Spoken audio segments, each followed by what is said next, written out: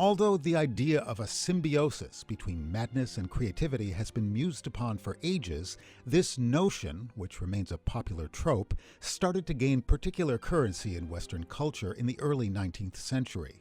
Rejecting the rationalism and the cultural restraints of the Age of Reason, artists in the Romantic era sought truth in sources that weren't compromised by intellectual filters or behavioral norms, believing that the most compelling art arises when the imagination is unbound. In many respects, Robert Schumann fits the role of the mad romantic artist. His struggles with severe mental illness are recorded in a personal diary that's replete with descriptions of the wild mood swings and hallucinations that ultimately culminated in his institutionalization during the final 2 years of his life. While a definitive diagnosis has been difficult to make retrospectively, a scholarly consensus has emerged around two possibilities. The first is a diagnosis of manic depressive illness, which is sustained by ample documentation of Schumann's enormous bursts of creativity and following periods of deep depression. The other is neurosyphilis, complicated by the effects of mercury poisoning. The composer contracted the disease in 1831, when he was 21 years old. The conventional mercury treatments of the day cured his primary symptoms, but Schumann lived with the disease in its secondary stage for most of his adult life, and the horrific psychiatric and physical symptoms that accompany the infection's third and final stage appear repeatedly in the documentary evidence of Schumann's final descent into madness. In light of this history, it's apt to examine the extent to which Schumann's mental disturbances inform his music, and in this regard, the circumstances surrounding the composition of his Second Symphony, as well as the work's content, are instructive. In August of 1844, the composer had a complete breakdown, which manifested itself in trembling, sleeplessness, strange fears of sharp objects, and constant ringing in his ears. He wrote no music for the better part of a year.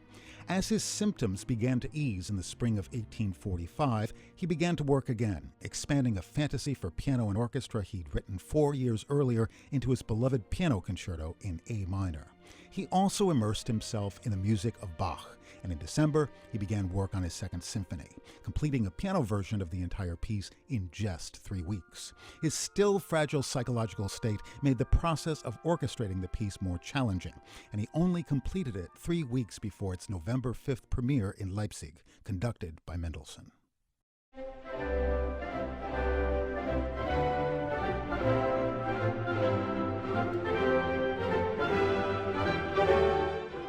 Although Schumann once said he was afraid that the shadow of his emotional struggles hovered over this symphony, it's hard to imagine that a listener who hadn't been told who wrote this music would conclude that it's particularly melancholy, much less the product of a diseased brain. Right from the work's hymn-like opening, the music projects an air of expressive assurance, and the allegro that flows out of this introduction is filled with energy and optimism. The following scherzo is a sensational tour de force for the first violins, and while the exquisite slow movement inhabits an atmosphere of profound sorrow, its tone provides a type of expressive contrast that is structurally conventional in a symphony. And the return to the first movement's ebullience in the finale, which features exultant Bachian counterpoint as well as the transformation of the slow movement's theme into one of ardent joy, is also a standard symphonic device.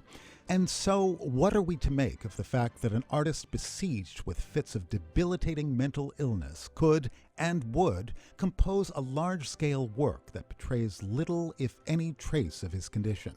And what does this imply about the popular meme of madness being a source of creativity? It would certainly be misguided to think that every work of art created by a turbulent soul is a sort of memoir. And the history of art is rife with examples of creativity and the all-encompassing focus the creative process can evoke, providing artists with a means of temporarily escaping their woes. Perhaps this simply reflects the essential difference between art and nature, which is one of human intention, prompted by the impulse to create an idealized order out of apparent randomness.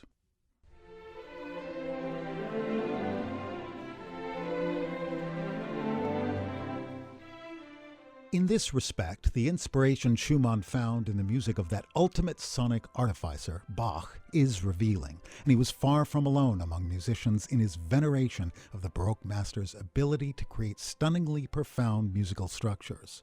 Like every great artist, Schumann understood that if the primitive sources of artistic inspiration are to be effectively expressed, a high degree of control is essential.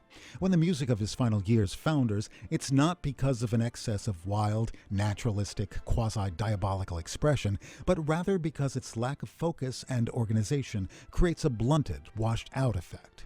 Thus, Schumann's Second Symphony is a representation of his heroic, ongoing personal struggle to achieve lucidity through artistic work. He created this masterpiece, one of many, not because of his illness, but in spite of it.